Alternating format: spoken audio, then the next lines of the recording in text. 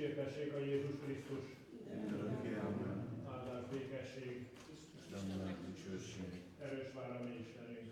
erős vára Isten. Sok szeretettel köszöntöm ismételten én a Lébényi templomunkban megjelent testvéreket, katolikus, református és evangélikus testvéreinket ezen az idei ökumenikus imahéten, ami azt hiszem, hogy valóban Istennek tetsző dolog, hiszen ő maga főpapi imájába az egységért imádkozott, és itt együtt, közösen tudunk imádkozni ezért az egységért, hiszen sokkal több dolog összeköt bennünket, mint ami szétválaszt bennünket. Sok tisztelettel köszöntöm Sanfordi Juliannát, aki ma az igehirdetés szolgálat fogja végezni, Mészáros Miklós plébános urat. Engem talán nem kell bemutatni, mert most utóbbi időben többször is jártam itt. Kezdjük el a mai közös alkalmunkat a Királyi Zászló jár elől kezdő énekünk eléneklésével.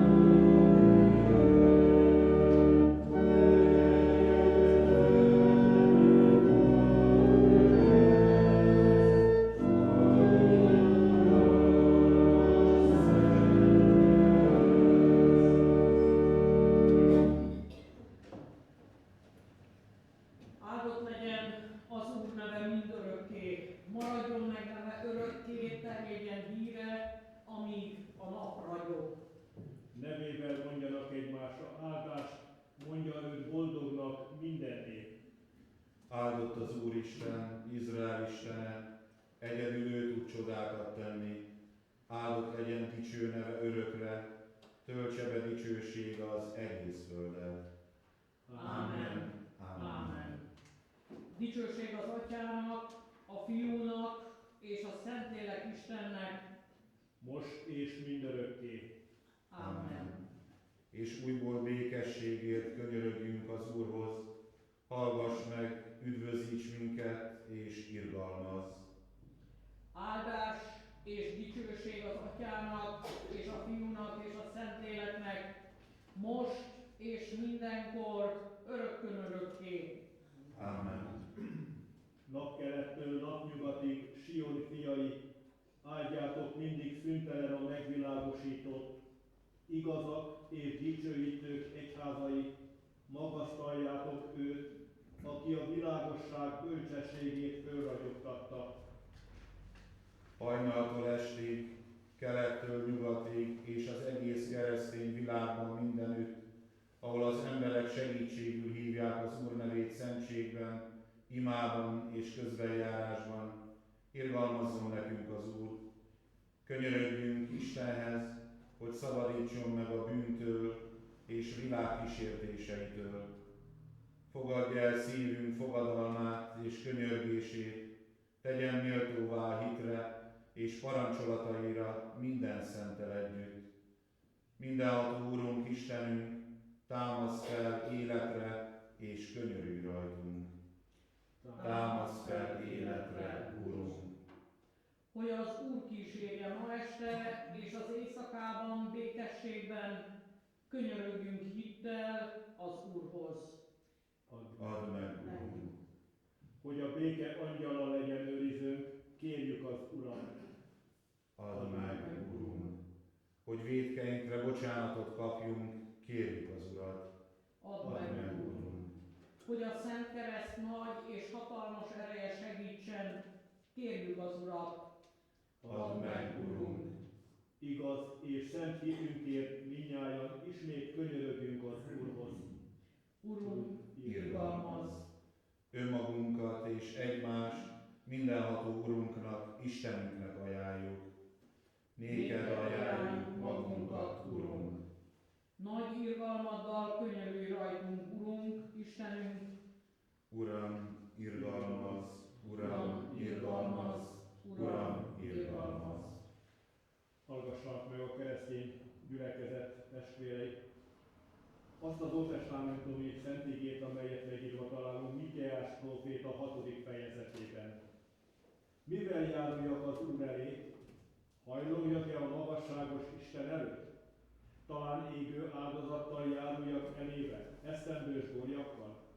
Talán kedvét leli az Úr a kosok ezreiben, vagy az olajpatakok 10 000-eiben? Talán elsőszülöttemet áldozzam bűnömért, drága gyermekemet vétkes életemért? Ember, megmondta neked, hogy mi a jó, és hogy mit kíván tőled az Úr. Csak azt, hogy élj törvény szerint, törekedj szeretetre, és légy alázatos Isteneddel szemben. Testvéreim, most pedig hallgassuk meg a Szent Evangéliumot. Az Úr legyen veletek! Evangélium Szent Márk könyvéből. Azután felment a hegyre, és magához hívta, akiket akart. Ők pedig oda mentek hozzá. 12 pedig, akiket apostoloknak is nevezett, kiválasztott arra, hogy vele legyenek, és azután elküldje őket, hogy hirdessék az igét, és hogy a tőle kapott hatalommal kiűzzék az ördögöket. Ezek az evangélium igéi. Folytassuk közös alkalmunkat a győzhetetlen én kőszálon énekünk eléneklésével.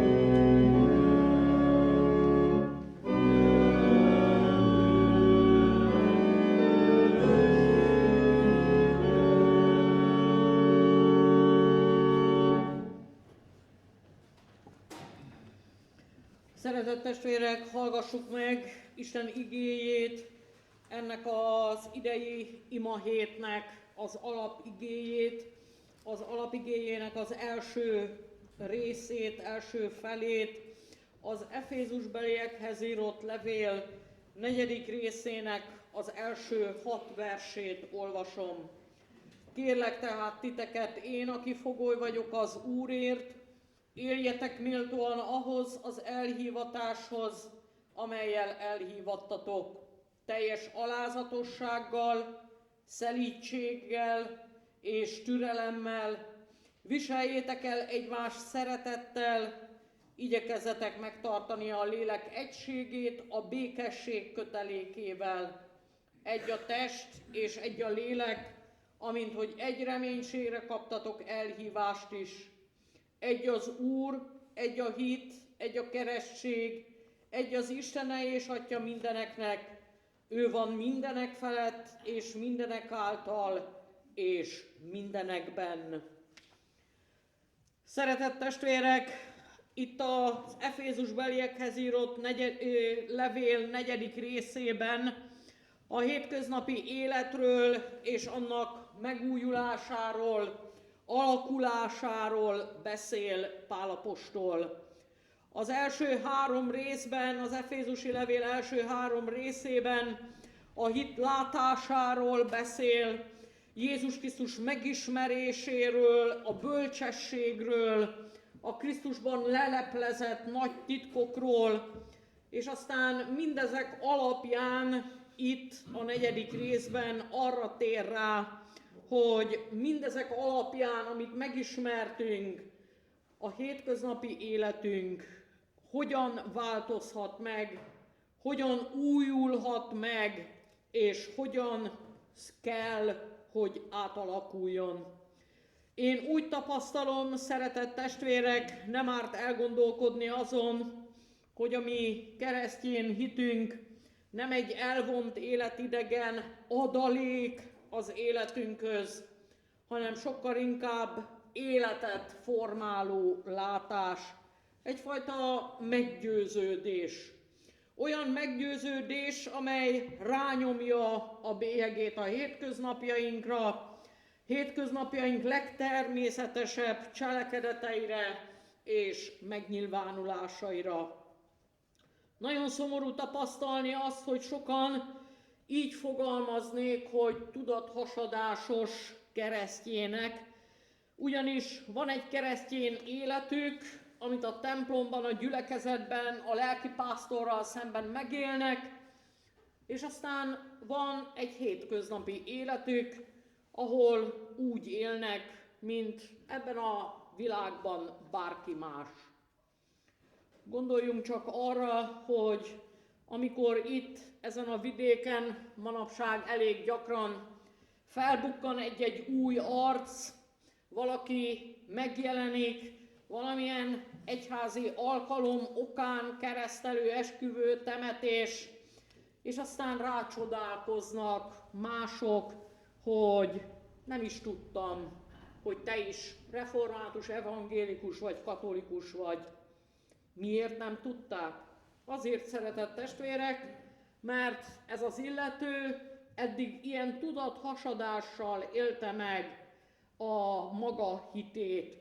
Valahol őrizte a lelke mélyén ezt az ő hitét, úgy, ahogy el szoktuk tenni a fiókba a keresztelési, konfirmációi vagy bérmálási emléklapot, őrizgetjük a fiók mélyén, aztán az élet egy minősített pillanatában mégiscsak elővesszük ezt a gondosan őrzött ereklyét. Vajon, ha ezek az emberek egy hatalmas kincs, egy hatalmas vagyon birtokában lennének, nem nyúlnának hozzá ehhez a kincshez, ehhez a vagyonhoz? Nem élnének belőle, ha mindennapos megélhetési gondjaik lennének? Olyan rossz nézni ebben a mai világban, olyan rossz hallani, ahogy nagyon sokan panaszkodnak a mindennapos lelki megélhetési gondjaikra. Panaszkodnak a rohanásra, panaszkodnak a családi vagy személyes gondokra, és hitük mérhetetlen nagy kincséhez mégsem nyúlnak hozzá.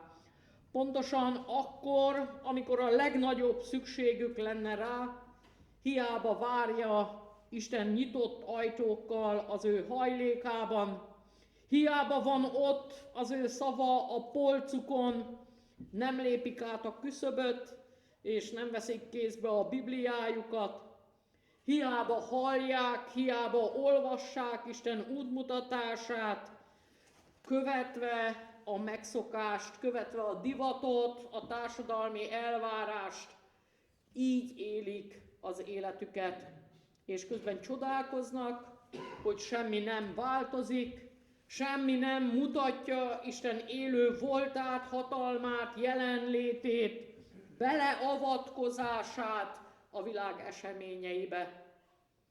Kérlek tehát titeket, írja az apostol, a Krisztusról szóló bizonyságtétel után, kérlek tehát titeket, éljetek méltóan az elhíváshoz, amellyel elhívattatok.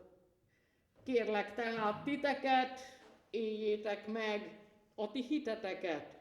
Váltsátok apró pénzre, váltsátok meg azt, amit Krisztussal kapcsolatban tanultatok. Váltsátok apró pénzre azt, amit elméletben hisztek. Mit jelent ez? Hogyan kell nekünk, keresztényeknek, teljesen függetlenül attól, hogy római katolikus, evangélikus vagy református keresztények vagyunk?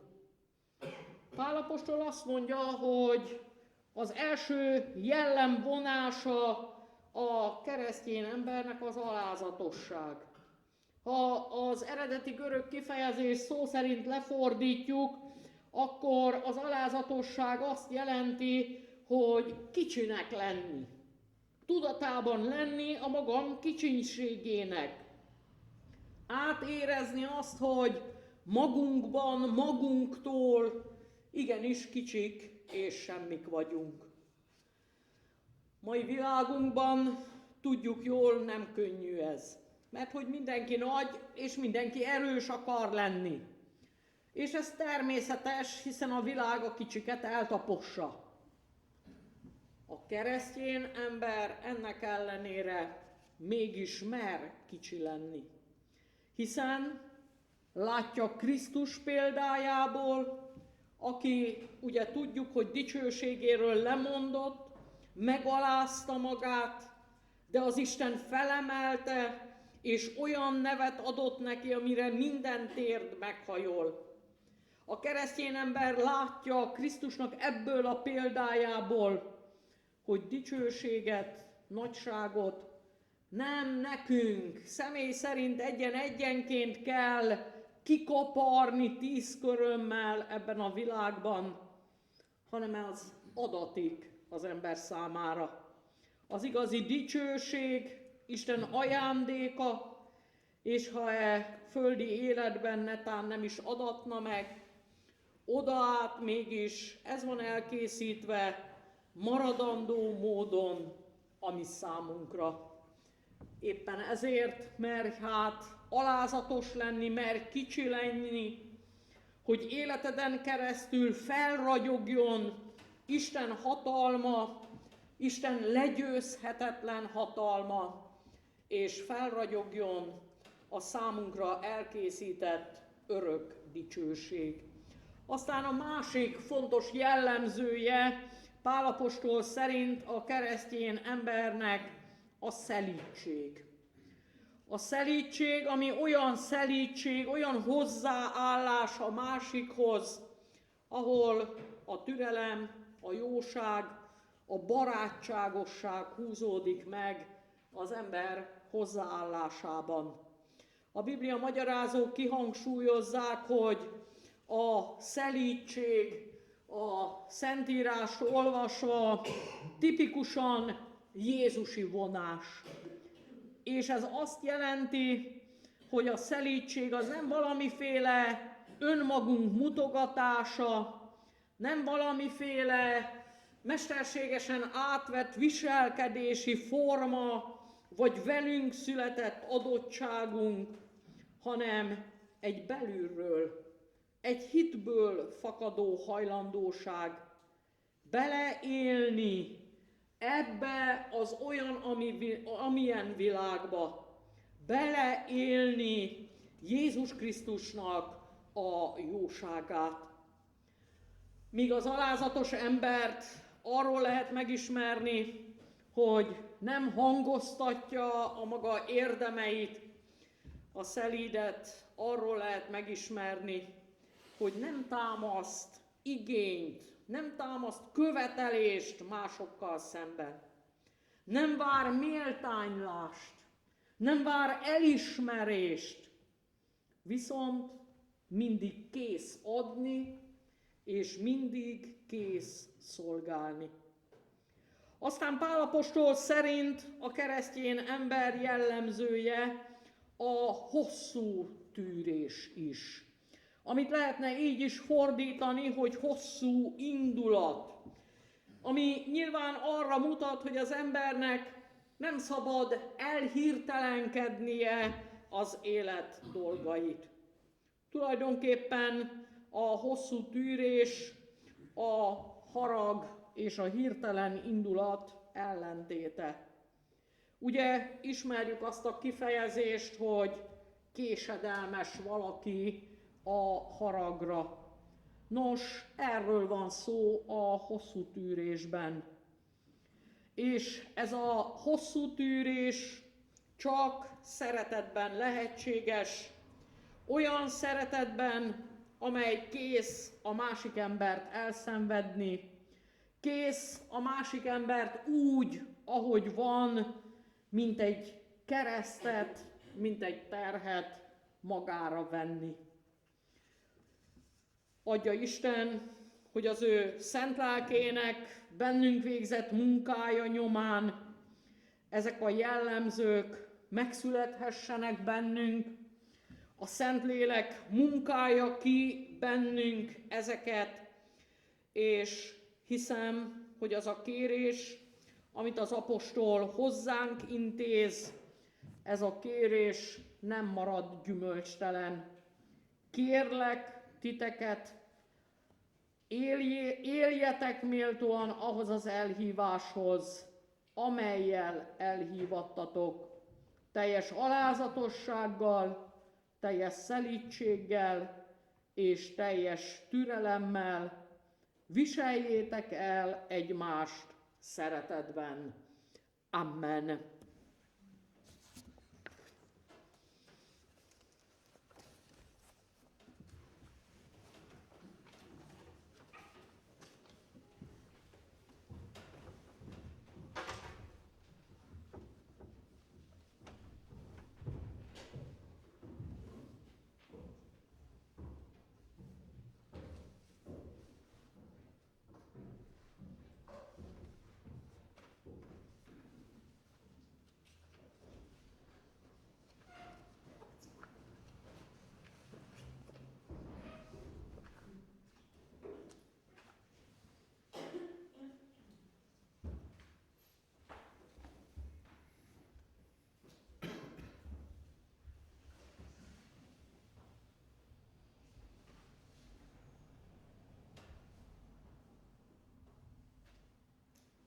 Imádkozzunk! Kegyelmes Urunk, mindenek Istene, az eltévedtek vezetője, fény a sötétben lévőknek, szemeink rád tekintenek. Hallgass meg könyörgésünket. Dicsőséged napja ragyogjon fel, adjon életet és fényt, mindeneknek kelettől nyugatig, északtól délig. Örök tavaszod reggeli sugarai, ébresztenek minket, akik jöttödet várjuk. Jézus Krisztus, világossága világosságtól, lakozzál közöttünk, akik a te drága szent neved imádására gyűltünk egybe. Életadó sugarad, gyújtson mélyebb szeretetre egymás iránt. Ragyogó fényed serkentsen és még élettel mint országok kertjében a tarka liliumok, hadd virágozzunk mi is harmóniában, isteni ragyogásodban.